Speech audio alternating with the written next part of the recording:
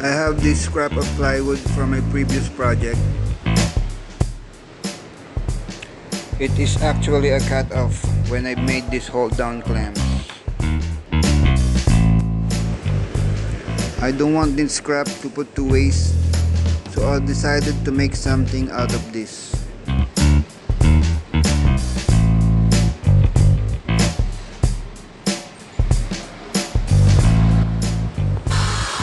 Then I drill a hole so that the tin-out will be below the surface.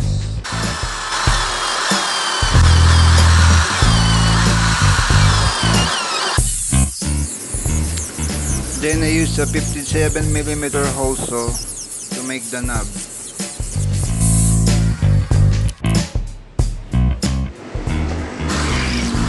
Then at the back I use a smaller hole saw just halfway through.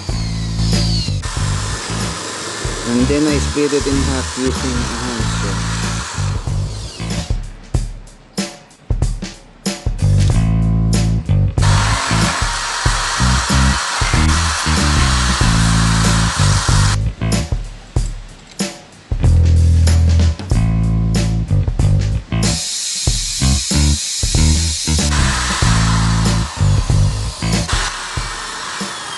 Then I enlarge the hole to accept the tin-out.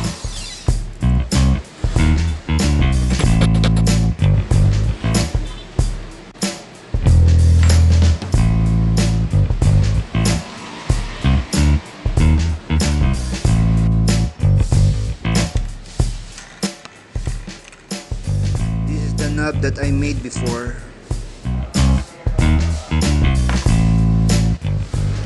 And now I have made a better one.